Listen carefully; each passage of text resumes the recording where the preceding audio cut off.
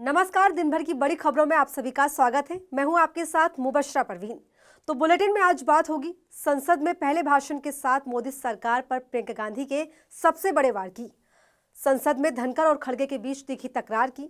देखेंगे एक देश एक चुनाव पर विपक्ष के बड़े ऐलान को, दिल्ली में अरविंद केजरीवाल के बड़े दांव को, और बुलेटिन के आखिर में जानेंगे क्यों पुष्पा 2 करके बुरे फंस गए साउथ एक्टर अल्लू अर्जुन। इन सभी मुद्दों पर आज चर्चा करेंगे, लेकिन उससे पहले एक नजर अब तक की हेडलाइंस पर। महाकुंभ से पहले प्रयागराज पहुंचे पीएम मोदी और सीएम योगी, मेले की तैयारियों का लिया जायजा। जगजीत सिंह डल्लेवाल के आमरण अनशन का आज 18वां दिन, राकेश टिकैत पहुंचे खनौरी बॉर्डर। महाराष्ट्र में कैबिनेट विस्तार पर मंथन जारी, मंत्रालय बंटवारे पर मुंबई में बीजेपी चीफ चंद्रशेखर बावनकुले और अजित पवार के बीच हुई बैठक। जातिगत जनगणना पर सपा प्रमुख अखिलेश यादव का बड़ा ऐलान, बोले मौका मिलेगा तो हम जातिगत जनगणना करवाएंगे। दिल्ली के 3 स्कूलों को फिर से मिली बम से उड़ाने की धमकी, हफ्ते में दूसरी बार मिली धमकी से मचा हड़कंप, जांच में जुटी पुलिस। और अब खबरें विस्तार से बात करते हैं आज की सबसे बड़ी खबर की। कांग्रेस सांसद प्रियंका गांधी ने संसद में अपने पहले भाषण के साथ ही मोदी सरकार पर जमकर हमला बोला। संविधान पर चर्चा के दौरान बीजेपी और मोदी सरकार पर एक के बाद एक जबरदस्त हमला करते हुए प्रियंका गांधी ने कई सवाल पूछे। तो कैसे प्रियंका गांधी ने पहले ही भाषण से बढ़ाई बीजेपी की टेंशन, जानने के लिए देखिए स्पेशल रिपोर्ट। केरल के वायनाड से कांग्रेस सांसद प्रियंका गांधी वाड्रा ने संविधान पर चर्चा के दौरान मोदी सरकार पर जोरदार हमला बोला। उत्तर प्रदेश के हाथरस, उन्नाव और संभल कांड का जिक्र करते हुए प्रियंका गांधी फुल फॉर्म में दिखाई दी। लोकसभा में अपने पहले भाषण के साथ ही प्रियंका गांधी ने संविधान से अडानी तक के मुद्दों पर मोदी सरकार को आड़े हाथ लिया। प्रियंका गांधी ने किसानों के मुद्दे पर भी अपनी बात रखी और कहा, कृषि कानून भी उद्योगपतियों के लिए बन रहे हैं।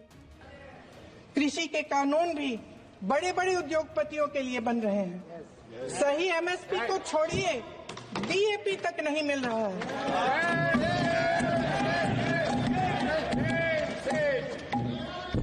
वायनाड से लेकर ललितपुर तक इस देश का किसान रो रहा है। आपदा आती है तो उसको कोई राहत नहीं मिलती। भगवान भरोसे है आज इस देश का किसान, उसको छोड़ दिया गया। इसी के साथ प्रियंका गांधी ने संविधान पर बोलते हुए कहा कि भारत का संविधान आरएसएस का विधान नहीं है। के साथ साथ ये भी समझा है कि हमारा संविधान एक सुरक्षा कवच है, एक ऐसा सुरक्षा कवच है जो देशवासियों को सुरक्षित रखता है, न्याय का कवच है, एकता का कवच है और अभिव्यक्ति की आजादी का कवच है। इतना ही नहीं, प्रियंका गांधी ने मोदी सरकार पर आरोप लगाते हुए यहाँ तक पूछ लिया कि आप कब तक अतीत में रहेंगे? क्या सारी जिम्मेदारी नेहरू की है? आप हमेशा पुरानी बातें करते हैं, आप कब अपनी बात करेंगे? आज संसद में बैठे हुए सत्ता पक्ष के मेरे साथी ज्यादा से ज्यादा अतीत की बातें करते हैं। 1921 में क्या हुआ, कब हुआ, नेहरू जी ने क्या किया। अरे वर्तमान की बात करिए, देश को बताइए आप क्या कर रहे हैं, आपकी जिम्मेदारी क्या है। कि सारी जिम्मेदारी जवाहरलाल नेहरू की है। इसी के साथ प्रियंका गांधी ने कहा कि वर्तमान सरकार संविधान को कमजोर करने की लगातार कोशिश कर रही है। ऐसे में प्रियंका गांधी के भाषण को लेकर सोशल मीडिया पर खासी चर्चा की जा रही है। बता दें, प्रियंका गांधी के भाषण को लेकर आयरन लेडी के नाम से मशहूर पूर्व पीएम इंदिरा गांधी के भाषणों के साथ जोड़कर देखा जा रहा है। लोकसभा में प्रियंका गांधी वाड्रा अपनी दादी के बेलची नरसंहार के बाद वाले तेवर में दिखने की कोशिश करती दिखी। हाथरस की घटना को उन्होंने जोरदार तरीके से उठाया, उन्नाव रेप कांड का जिक्र किया, संभल में शाही जमा मस्जिद सर्वे के बाद हिंसा के मुद्दे को भी उठाया। प्रियंका ने उन्नाव कांड का जिक्र करते हुए कहा कि मैं उन्नाव रेप कांड की पीड़िता के घर गई थी, उसे जलाकर मार डाला गया था। वो करीब 20 से 21 साल की होगी। हम सोच सकते हैं कि हमारी बच्ची के साथ बार बार रेप हुआ। वो जब विरोध करने निकली तो उसे जलाकर मार दिया। ऐसी स्थिति में हम पर क्या गुजरेगी। मैं उस बच्ची के पिता से मिली, उसके खेत जलाए गए थे, उसके भाइयों को पीटा गया था, उसके पिता को बाहर से घर के बाहर घसीट कर मारा गया था। उस पिता ने मुझे बताया कि बेटी, मुझे न्याय चाहिए। मेरी बेटी अपने एफआईआर को दर्ज करने के लिए जब जिले में गई तो उसको मना किया गया, अगले जिले में जाना पड़ा उसे। वो रोज सुबह 6 बजे उठकर तैयार होकर अकेली अपने मुकदमे को लड़ने के लिए अगले ज़िले में ट्रेन से जाती थी। उसके पिता ने मुझे कहा कि मैंने उससे कहा, बेटी अकेले मत जाओ, छोड़ दो ये लड़ाई।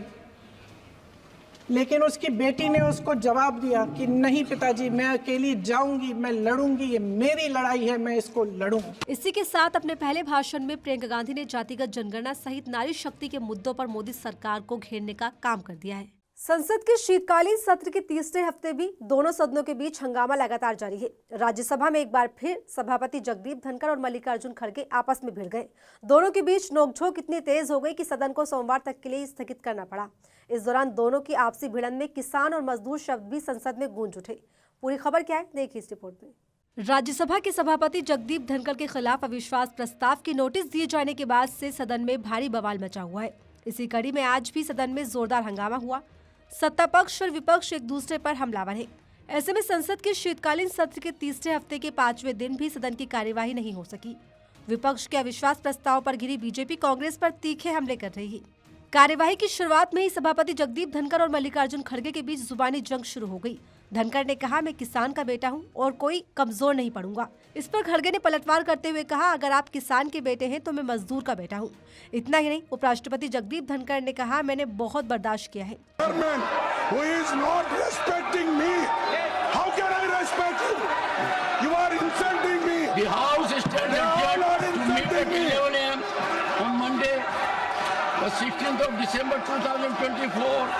जगदीप धनखड़ का जवाब देते हुए राज्यसभा में विपक्ष के नेता मल्लिकार्जुन खड़गे ने कहा कि आपने संविधान की धज्जियां उड़ाई हैं, हम आपकी तारीफ करने यहाँ पर नहीं आए हैं। खड़गे ने धनखड़ से कहा कि अगर आप किसान के बेटे हैं तो हम मजदूर के बेटे हैं और इसी के साथ हमारी बेइज्जती की तो हम कैसे आपकी इज्जत करें। ऐसे में राज्यसभा में हंगामे की स्थिति को देखते हुए कार्यवाही नहीं चल सकी। बता दें, संसद के शीतकालीन सत्र के 11वें दिन राज्यसभा में विपक्ष ने सभापति जगदीप धनखड़ के खिलाफ अविश्वास प्रस्ताव का नोटिस दिया। विपक्ष के धनखड़ पर सदन में पक्षपातपूर्ण बर्ताव करने के गंभीर आरोप लगे हैं। इस नोटिस पर विपक्ष की तरफ से 60 सांसदों ने साइन भी कर दिए। वहीं हाल ही में राज्यसभा के सभापति जगदीप धनखड़ के खिलाफ लाए गए विश्वास प्रस्ताव पर इंडिया ब्लॉक ने प्रेस कॉन्फ्रेंस भी की, जिसमें कई विपक्षी सांसदों ने सभापति पर कई गंभीर आरोप लगाए, जिसके बाद से संसद में बवाल देखने को मिल रहा है। पहले ही विपक्ष अडानी मुद्दे पर मोदी सरकार पर हमलावर है। संसद के बाहर विपक्षी सांसदों का प्रदर्शन भी जारी है। हालांकि इन सब के बावजूद संसद में विपक्ष की आवाज को नहीं सुना जा रहा और न ही संसद की कार्यवाही चल पा रही, जिसको लेकर कई सवाल खड़े हो रहे हैं।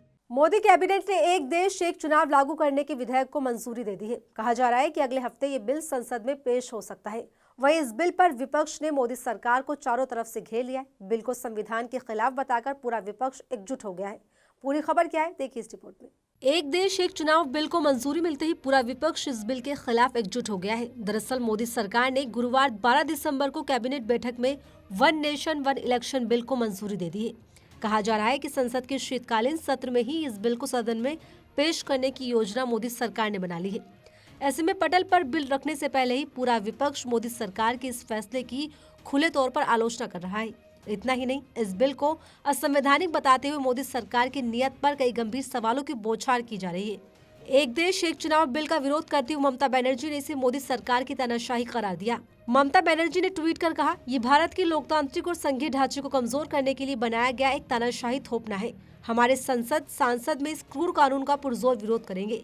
बंगाल कभी भी दिल्ली की तानाशाही सनक के आगे नहीं झुकेगा। ये लड़ाई भारत के लोकतंत्र को निरंकुशता के चंगुल से बचाने के लिए है। वहीं कांग्रेस ने बिल पर मोदी सरकार पर जोरदार हमला करते हुए कहा कि अगर केंद्र ने विश्वास मत खो दिया तो सभी राज्यों की सरकार को भंग कर दिया जाएगा। इतना ही नहीं, सपा मुखिया अखिलेश यादव ने इस बिल को अव्यवहारिक और अलोकतांत्रिक बताते हुए लोकतंत्र के खिलाफ एक तंत्र की सोच का षड्यंत्र बताया। वहीं उद्धव गुट वाली शिवसेना ने इस बिल पर जेपीसी की मांग की है। इसी के साथ दिल्ली के पूर्व मुख्यमंत्री अरविंद केजरीवाल ने भी इस बिल पर मोदी सरकार को घेरा है। इतना ही नहीं, इस बिल पर खुद बीजेपी की सहयोगी पार्टी ने भी विरोध जताया है। तमिलनाडु के मुख्यमंत्री एम के स्टालिन ने बिल का विरोध करते हुए इसके खिलाफ एक मुहिम चलाने की बात की और इस बिल को अव्यवहारिक और अलोकतांत्रिक बताते हुए कहा कि फेडरलिज्म को खत्म करने वाला बिल है। ऐसे में मोदी सरकार इस बिल को लेकर बुरी तरह से घिर गई है, जहां विपक्षी पार्टियों के साथ ही खुद के सहयोगियों से भी विरोध झेलना पड़ रहा है। बताते चले, वन नेशन वन इलेक्शन का मतलब है कि पूरे देश में एक साथ ही लोकसभा, विधानसभा और निकाय चुनाव हो, यानी मतदाता लोकसभा और राज्यसभा विधानसभाओं के सदस्यों को चुनने के लिए एक ही दिन एक ही समय पर वोट डालेंगे। देश में एक राष्ट्र एक चुनाव को लागू करने के लिए संविधान में संशोधन करने के लिए लगभग 6 विधेयक लाने होंगे, जिस पर विपक्ष इसे संविधान के खिलाफ बताकर मोदी सरकार की आलोचना कर रहा है। दिल्ली में विधानसभा चुनाव से पहले सियासत गर्मा गई है। इस बीच अरविंद केजरीवाल ने बड़े ऐलान करते हुए बीजेपी को टेंशन में डाल दिया है। इतना ही नहीं, आम आदमी पार्टी के राष्ट्रीय संयोजक अरविंद केजरीवाल ने मोदी सरकार पर बड़ा आरोप भी लगाया है। तो कैसे केजरीवाल के दांव ने बीजेपी को कर दिया है चित, जानने के लिए देखिए रिपोर्ट। दिल्ली में अगले साल होने वाले विधानसभा चुनाव से पहले ही आम आदमी पार्टी ने कमर कस ली है। दिल्ली विधानसभा का कार्यकाल फरवरी 2025 में खत्म होने वाला है, लेकिन उससे पहले ही आप संयोजक अरविंद केजरीवाल एक्टिव मोड में दिखाई दे रहे हैं। एक तरफ जहां दिल्ली की जनता को साधने के लिए केजरीवाल ने दिल्ली की महिलाओं के लिए 2 बड़े ऐलान किए, तो वहीं मोदी सरकार पर तीखा हमला करते हुए एक देश एक चुनाव पर सरकार को घेरा है। दरअसल आम आदमी पार्टी प्रमुख अरविंद केजरीवाल ने 12 दिसंबर को दिल्ली में चुनाव प्रचार के दौरान महिलाओं को 1000 रुपए की मासिक सहायता राशि देने के लिए ऐलान कर दिया है। साथ ही सम्मान निधि योजना भी शुरू की और चुनाव के बाद ये राशि बढ़ाकर 2100 रुपए करने का वादा भी किया। इस योजना के लिए महिलाएं 13 दिसंबर से रजिस्ट्रेशन भी करा सकती। अब मैं दूसरी बड़ी घोषणा करने जा रहा हूं। मेरे पास इस दौरान जब ये सारा हम काम कर रहे थे, कई महिलाएं आई और महिलाओं ने कहा कि जी महंगाई बहुत ज्यादा हो गई है, 1000 रुपए से काम नहीं चलेगा। तो आज मैं ऐलान कर रहा हूं, कल से रजिस्ट्रेशन चालू होगा और रजिस्ट्रेशन 2100 रुपए का होगा, 1000 रुपए का नहीं होगा।